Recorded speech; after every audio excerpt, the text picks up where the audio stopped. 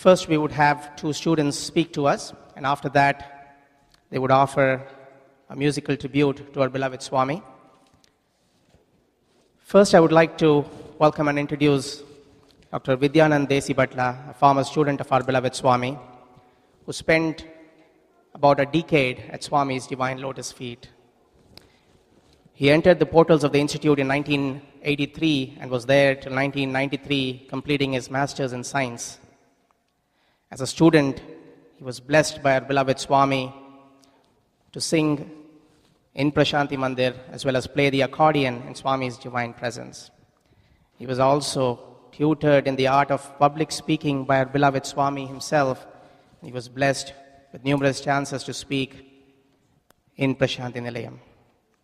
Request you to please join me in giving a very warm welcome to Dr. Vidyanand Desi Bhatla.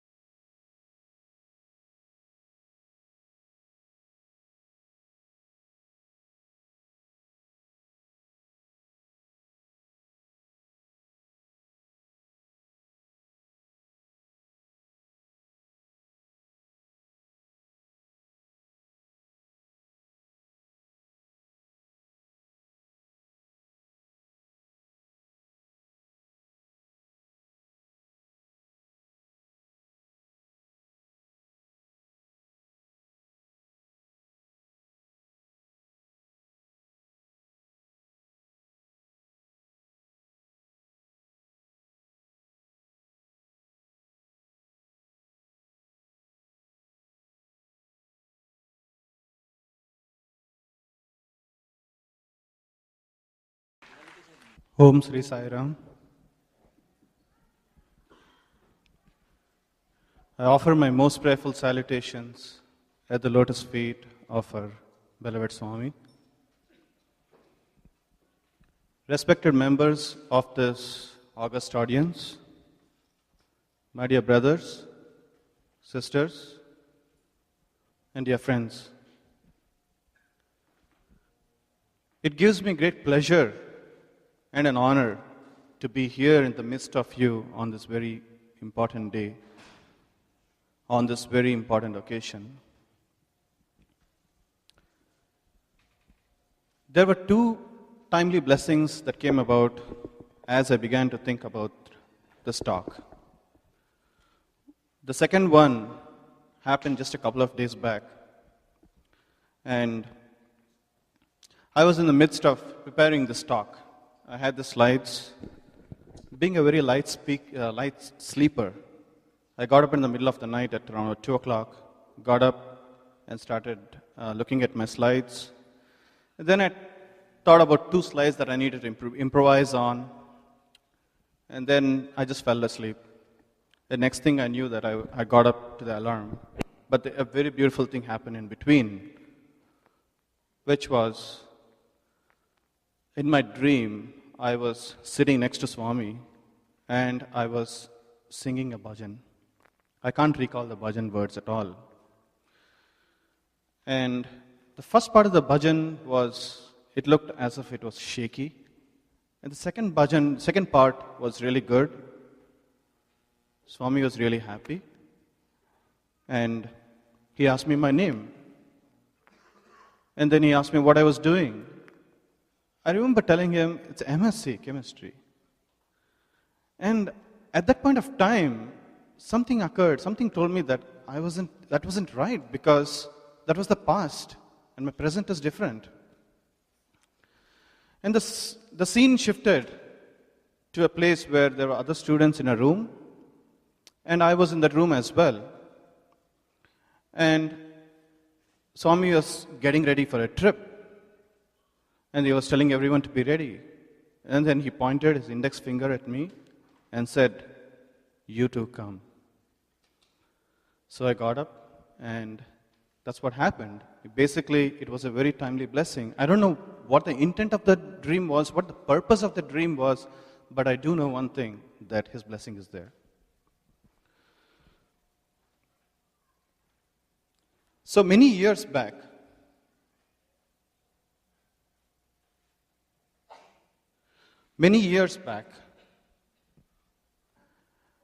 Swami had actually chosen some of us to speak for the Dasara celebrations. First and foremost, there's a little disclaimer here, which is, if you see something like a raga, I belong to this honored, privileged group of very talented singers called as the bathroom singers. So I have no knowledge of music, just very little, just enough to be dangerous. And so what does a raga have to do with the speech opening?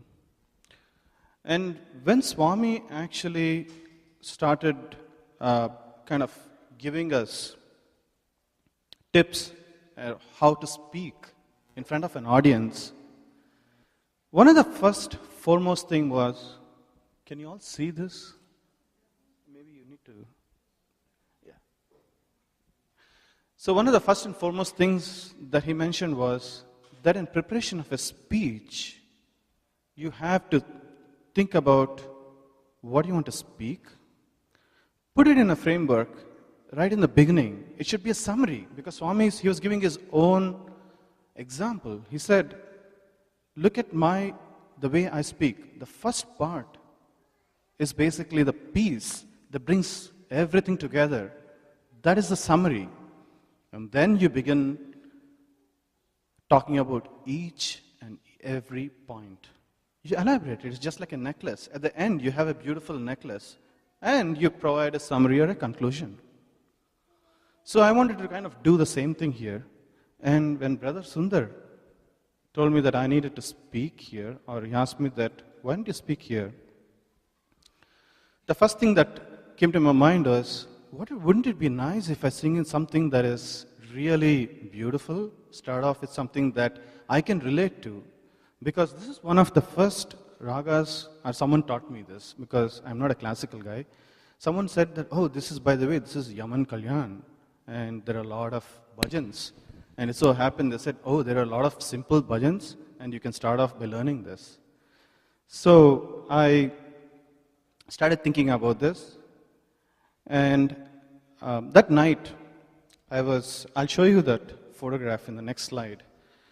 But Yaman is something like this. Sorry, Kumar, if I'm messing up this.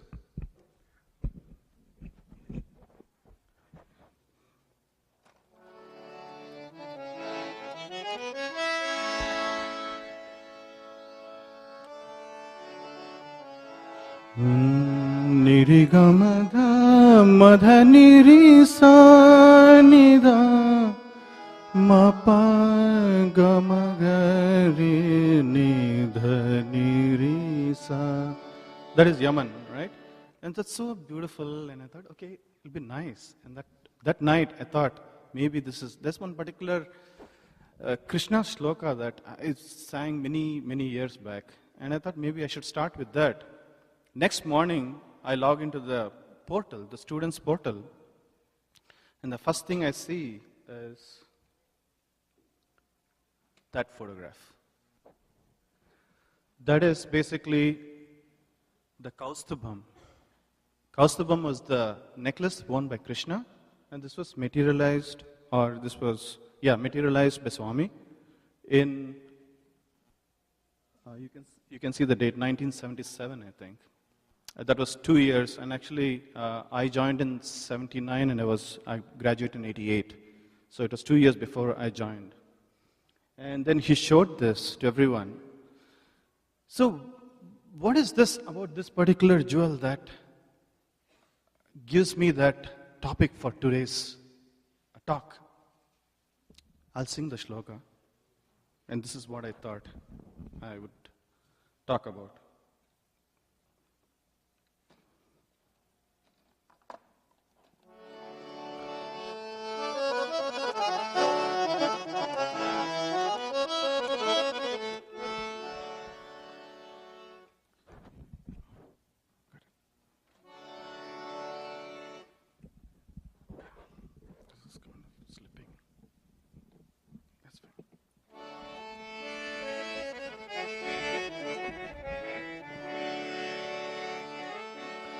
Kasturi tilakam lalata palake vakshasthale kaustubham nasagre navamantikam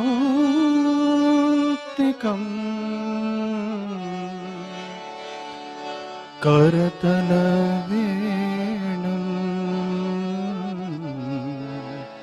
Kare Kankanam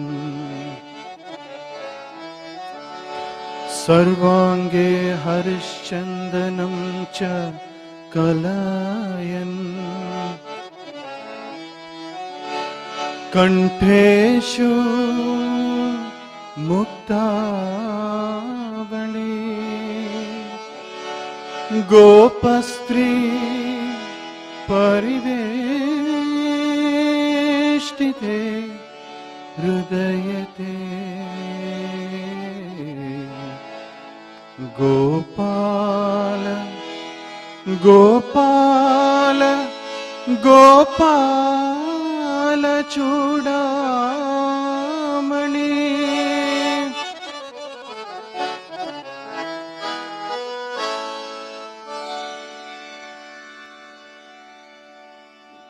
So this was how I thought of, and very soon I was thinking about the Kaustubham. What does the Kaustubham symbolize? To me, this is my personal opinion again, right? And I was thinking that all these molecules are unified in a diamond. And that gives it this luster. Because it can shine, it has to be pure. So unity, purity, and it is on Krishna's heart, the chest. That is the divinity. To me, it symbolizes unity, purity, and divinity. And that was what I thought of. So one of my classmates flew the space shuttle 2 times, about 3 years back, and most recently this year, he flew the Endeavour. He was piloted it, he was astronaut pilot Greg Johnson. And 3 years back, I happened to be one of his bus captains. I did some groundwork for him because I was his friend. And this is what he sent. He wrote to me from the International Space Station. And there were a lot of exchanges between me and him when he was up there. And one of the impressive things that he mentioned was that the world is one. And so, the question is, the world is one. Why are there so many differences? We had to protect one particular world, and that's what Swami says, unity. And that's Again, I just wanted to kind of share. This was this year, and it was taken from an F-15 when he was piloting the space shuttle. So the world is one. There are so many people who come to Swami. Actually, Swami teaches us this often and often, again and again. And one of the things that actually impressed me a lot was when I participated in this program. This was the 60th birthday extension in Vrindavan. And there were so many people in Bangalore. And we just started our music program, and Swami wasn't even looking at us. And this was one of his ways in trying to tell us that, we need to kind of cleanse ourselves and be ready for him. And I still remember this particular music program.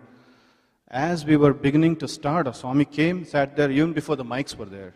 We had over an audience of almost probably about 60 to 70,000 people there. And the mics were being set up. And we actually rented this mic system from Bangalore. It came right when Swami came there. And so they started setting this up. And as the program began, so they were doing the mic testing. It wasn't heard properly. But in a long story short, it gave us a different opinion about our own selves, that is basically to cleanse ourselves. But more importantly, the message it conveyed was, no matter what happens, people are here to see Swami, not to see the program, because there was applause. When Swami applauded, people clapped. And Swami sat silent, people kept silent. And there were so many people. It appeared to me that one particular day that I realized that the world is one and it's following Swami.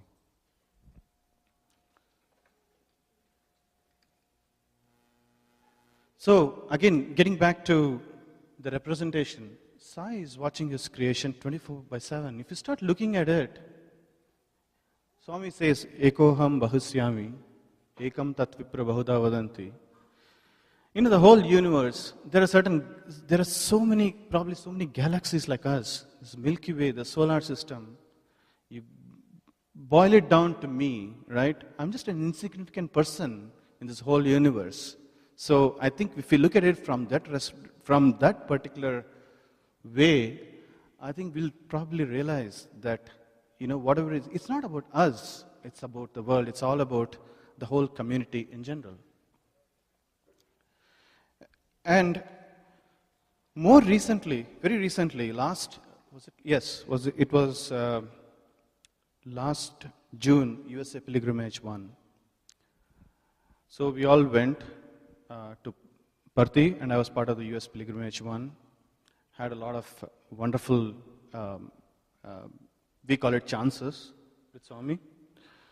And this particular day, Harish Naidu, who is in Seattle, he gave me an album and said, Vidyanand, why don't you present this to Swami when he comes to your side?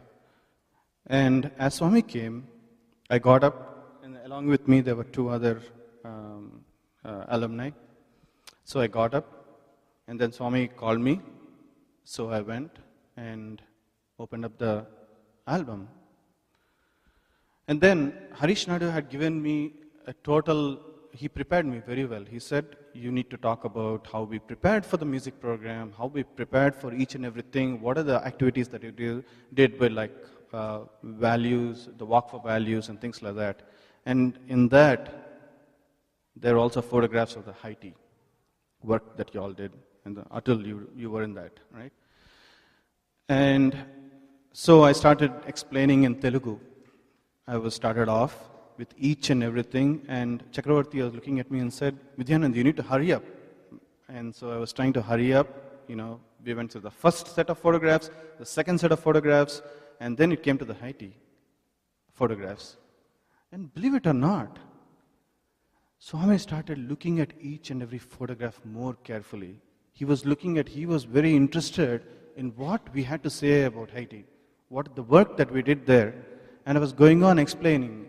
And it took me almost about 5 minutes to explain everything to Swami. And unfortunately for me, that was one of my last ever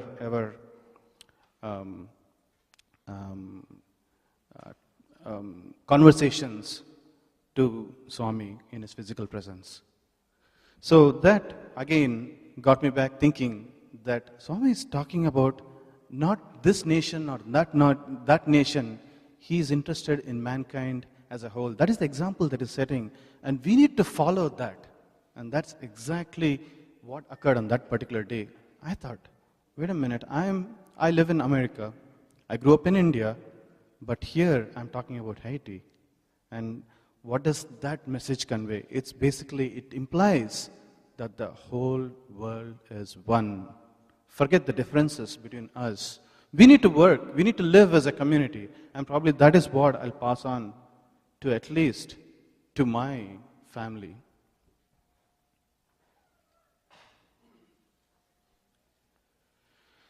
And this was one of the slides that I keep looking at over and over and over again.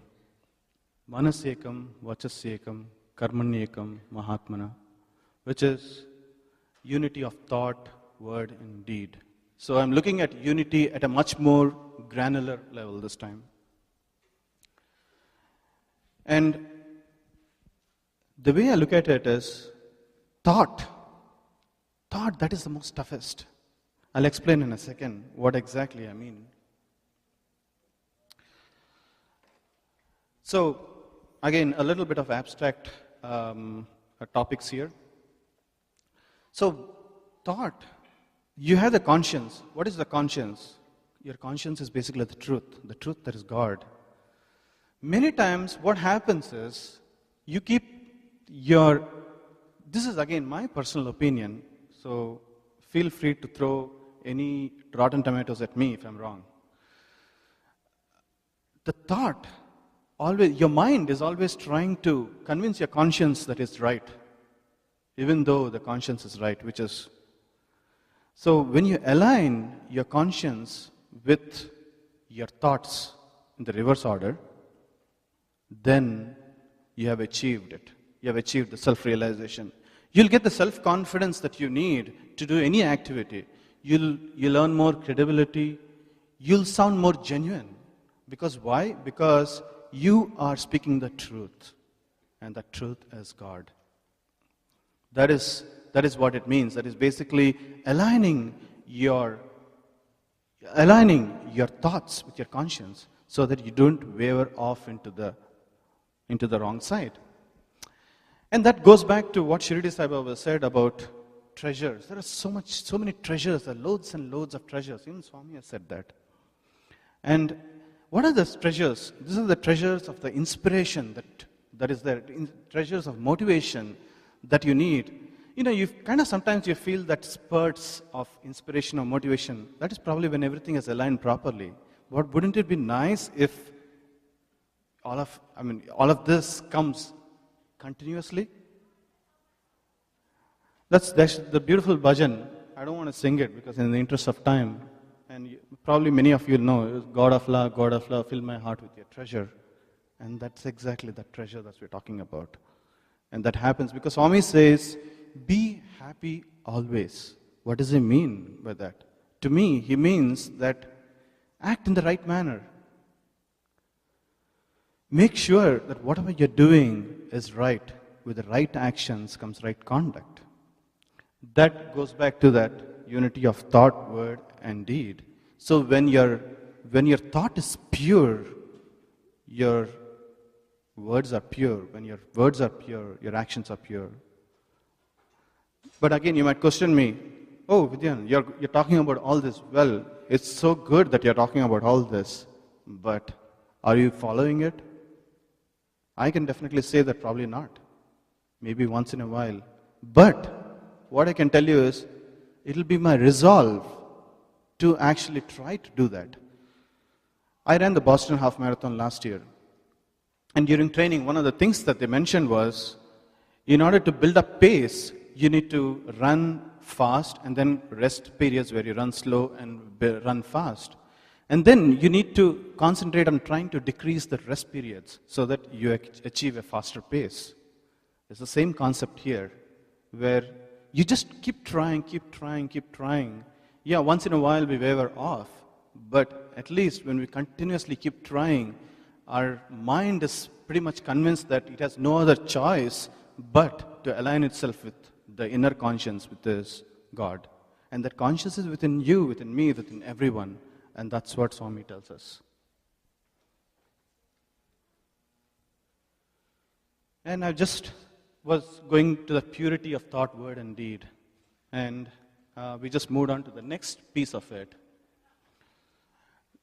By the way, yesterday was Ladies' Day. Happy Ladies' Day to everyone. I don't know if it's celebrated here, but in India, definitely in Prashant Nilayam, it's a big event. And during Ladies' Day, once Swami asked the famous singer, Srimati M.S. Lakshmi, to sing. And she said, Swami, as I just said, I do not know how to make speeches. But if they ask me, who's your father? I'll say, you certainly are my father. If they ask you, who's your mother? I'll assert that you are indeed my mother. And that day, when she made the speech, later on, Swami said, of all the speakers that day, of all the speeches that day, hers was the one that was the most genuine. Because it came from the heart. See, again, it goes back to purity of thought and word. Because she did that, it sounded so genuine, and Swami really loved it. That's why today, if you listen to some of her songs, you feel that you are transported automatically to this particular presence of whichever deity you think of, whichever God you think of. It's because those words are still pure. Those words are packed with power. Those words are packed with purity.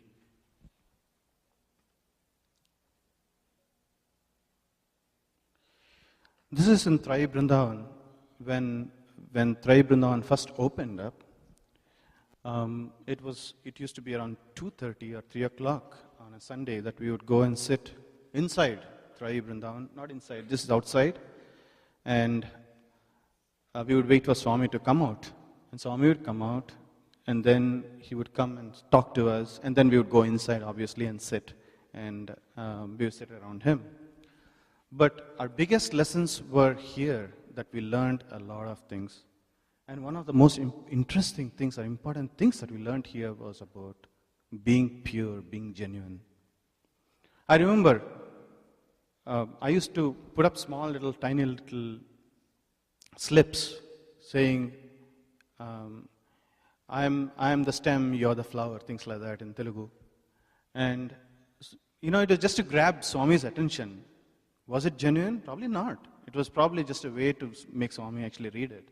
And Swami would come and say, look at it, and say, he would smile, and then he would say, I don't know how many of you know this, he would say that it's just a kind of a soda bottle spirit, where when you open a can of soda, how it fizzles?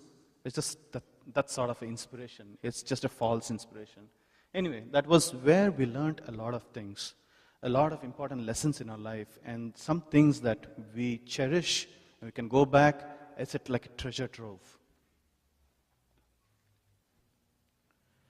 And this was, I'm just looking at these photographs and trying to convey this idea of purity, thought, word, and deed. And this is where you'll learn some of our biggest lessons. This was when Swami actually selected some of us to speak in the Purnachandra Auditorium. And one of our first duties was to look after these vice chancellors who came for a conference. And this is again Swami's way of giving you a chance to actually look at how people actually act and react in different situations. I had the very good fortune of looking after Professor Ram Reddy. That's him. One of the most distinguished people, and I used to wake him up, give him tea in the morning, and kind of get him ready so that he could go to the conference. I learned some of the most important, how they actually, spent their time in, even when they are idle, those idle moments are such wonderful moments where they're constantly working, constantly doing one thing, and that thing is to make their work more and more efficient. And Swami used to come and talk to us. It so happened once during one of these, when we were looking at when we were looking after the vice chancellors. One particular day, we went to the governor's room, me and one more boy, and we were there. And so happened that there was one vice chancellor who came with another gentleman, and this gentleman started asking us different questions about the university, everything. And in our mind, we prayed to Swami and continued to answer each and every question. And then at 2:30, when Swami came to the foreigners' canteen, we went there, we sat there in front of him, just only about 10 of us right inside a big hall. And then Swami looked at me and said, "So what happened?" And then I started telling him about this whole incident, about this particular person who actually started interviewing us. And later on, we realized he was a journalist. And that even kind of, it becomes an issue when you know that you probably may not have uttered the right words that are going to be published in black and white. But that day, what Swami told me was, it still keeps ringing in my mind. When your thoughts are pure and when your words are pure, you have no fear. And that still rings in my mind forever. In this slide, you probably heard of one of my very good friends. His name is Sanjeev Barbara. That's him there. And both of us spoke on the same day. And that's a photograph that's me. I was much thinner in those days. And that I was actually, we used to serve all the vice chancellors, and Swami used to kind of coordinate the whole activity. And it was such a beautiful moment. And these were our debriefing sessions inside the inner interview room in the mandir. It was a very nice 10 days of wonderful attention. It's very beautiful, and there are a lot of lessons that we learned in those 10 days. One day, Swami actually, this goes to the next topic, which is about divinity, unity, purity, and divinity. And one day, Swami actually materialized that swan. It's actually a swan. I can't really see it, I think. And he went around the auditorium showing everyone. And people paid attention to the materialized object. And then Swami said, "You're all concentrating on the object that was materialized, but you are forgetting the one who has done it." And, it's again goes back to the concept of, why am I chasing after certain things when actually I need to be concentrating on the actual person who's responsible for it, that is Swami. And he gave an example of a flute.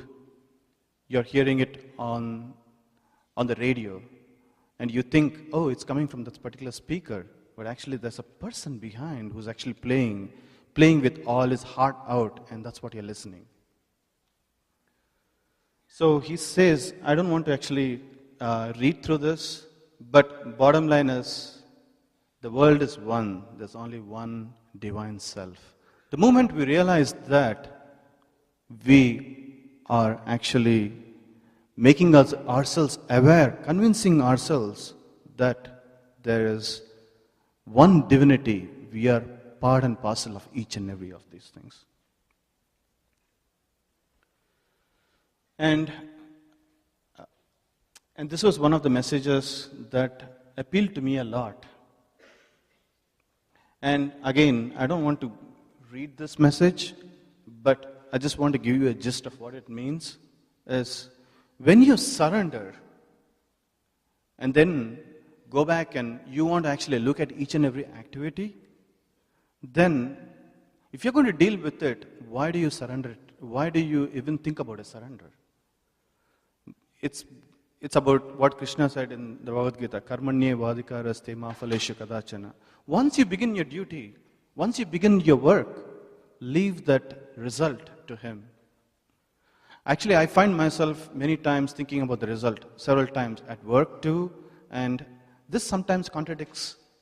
This contradicts what I'm trying to do, but I guess I need to kind of still continue to focus on this. And I haven't yet completely understood this, but one day when I understand, probably I'll not be here.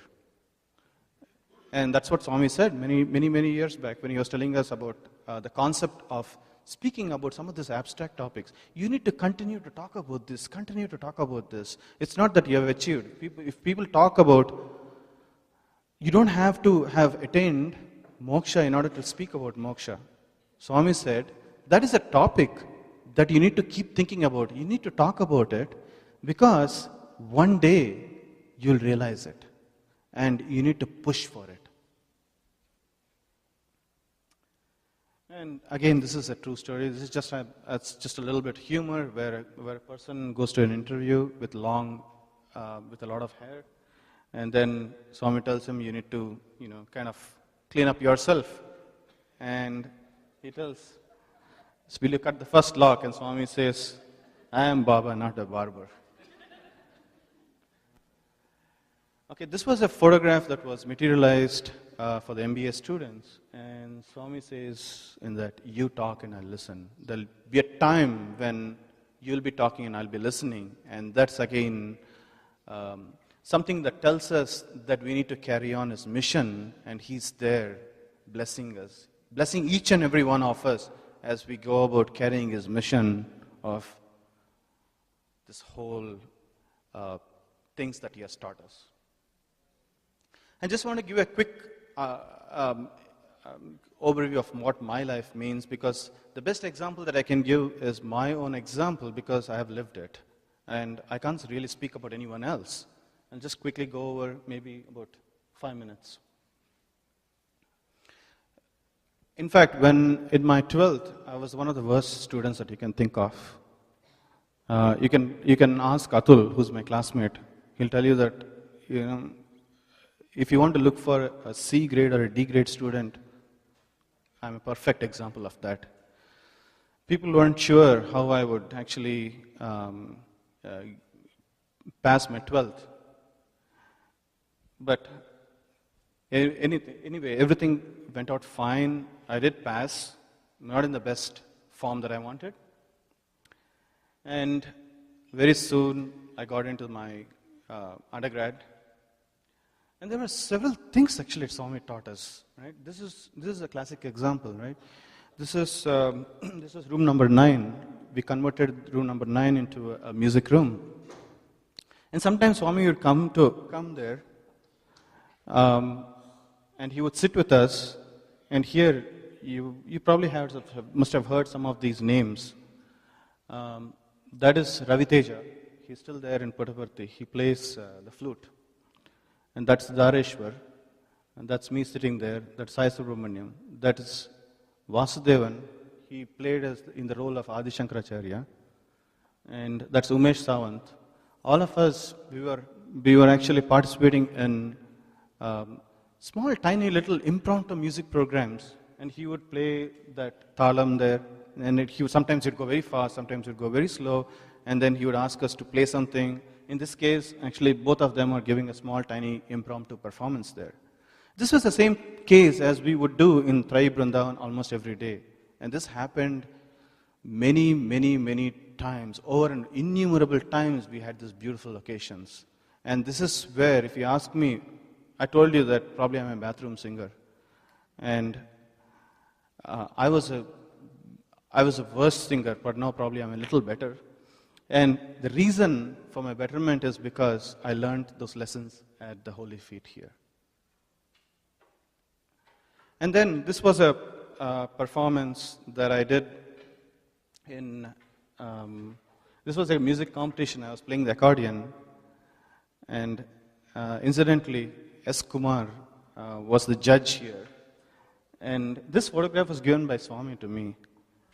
And what you don't see is Swami sitting to the left here in this where the pointer is, and I was playing some song. And after the competition, the next day, Swami came to the mandir, and then he was looking at us, the bhajan group. We used to sit in the bhajan group. And then he said, all you guys were playing all these Western songs. I'm sorry, I didn't mean to, out of no disrespect here. I'm just saying that. So he was saying that we should have played something more that was apt to the people local there. Because we had a huge audience, and this was in the Purnachandra Auditorium. And then I remember I wasn't a great player. Yeah, I mean, even today, I'm not a great player at all, because I hardly know anything about music. But that particular day, it so happened that when the program started, when the program was first thought about, that Swami would be coming there, we thought it was in the college auditorium. And so my songs were different. But when we realized it was in the Purnachandra, I had to cut out all the songs and get some new songs ready.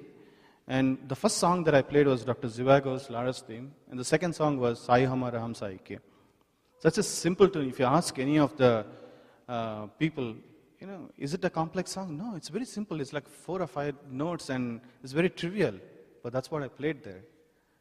And so the next day, when Swami came there, then he looked at me and said, oh, by the way, Vidyan, you played well.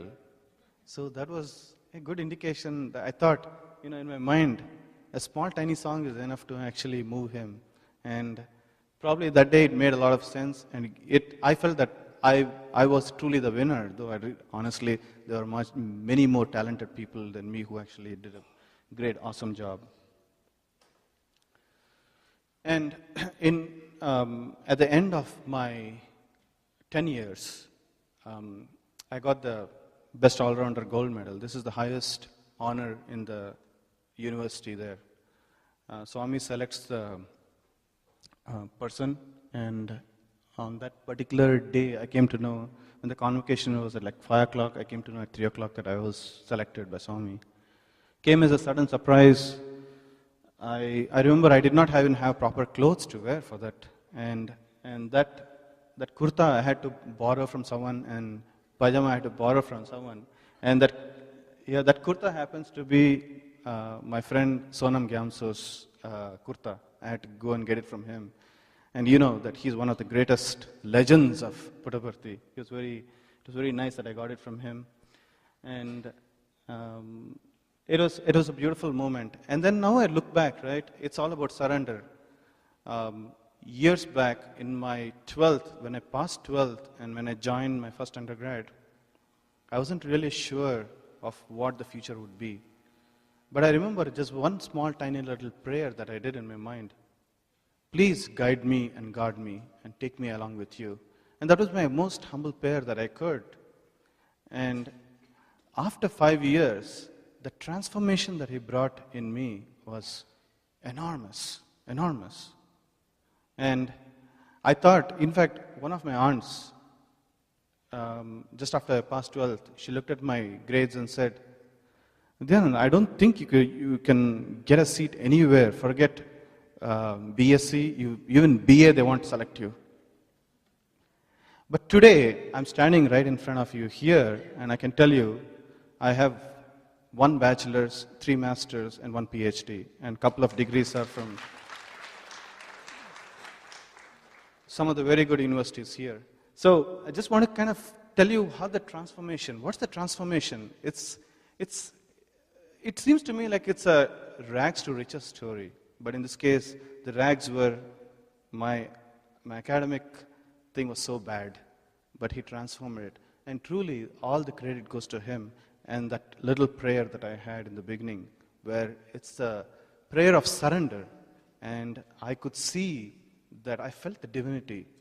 And again, I aligned my thoughts with my conscience at every single moment that I could.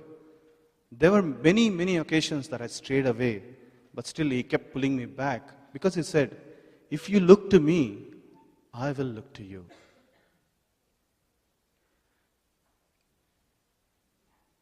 All of us are his children. In fact, I just want to kind of wind this down with a couple of more slides, because I just want to make sure that I want to listen to Kumar. He's got such beautiful experiences, and he is source of inspiration for me even today.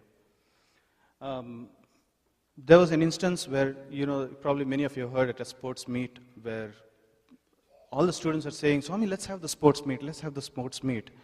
And Swami kept saying, no, no, no, no, no. And finally, he said okay to the prayers of the students. And when Swami came towards the stage that particular day, Swami actually fell. And but then after a few moments, everything seemed fine. And then, everything went fine. Later, when Narsimurthy Garu, he's, by the way, B.N. Narsimurthy Garu was one of my first wardens in Mudanhalli. And I know him very, very well. Way back in 1979. And he noticed that there were bandages on Swami's hand. And then Swami told him, look, I don't want to alarm everyone. It's basically, I wanted everything to go on as usual. That particular day, a boy happened to do some gymnastics from a very high point, and I averted his death by actually taking it on me. And in fact, when Swami had to use the bathroom, he did use the bathroom, and he washed the blood off the napkins and mopped the floor there so that no one would know about it. That's how much care he took just to make sure that everything went fine. And very few people actually noticed that Swami had actually lost so much blood. No one knew about it except Narsimurthy a few days later. So again, it goes back to how Swami protects each and every one of us. He'll cross the 7 oceans to come and protect you if you surrender completely to him. I just want to quickly read this out. Once Bhagavan told a few of us, boys, have you wondered why Swami loves you so much? Do you think Swami loves you because you're so handsome? There are so many people far more beautiful than you, any of you. Do you think then that I love you because of your intelligence? There are so many in this world that are far more intelligent than you. Then, do you think I love you because of your devotion? There are people who, for my sake, will give up food and drink. Then, why do I love you? This you will not understand. I love you for love's sake. And so, even if you don't understand nothing of Swami, never forget this one thing. Sai Baba is utterly selfless from top to toe. There is not even a trace of selfishness in me. This is the greatest boons.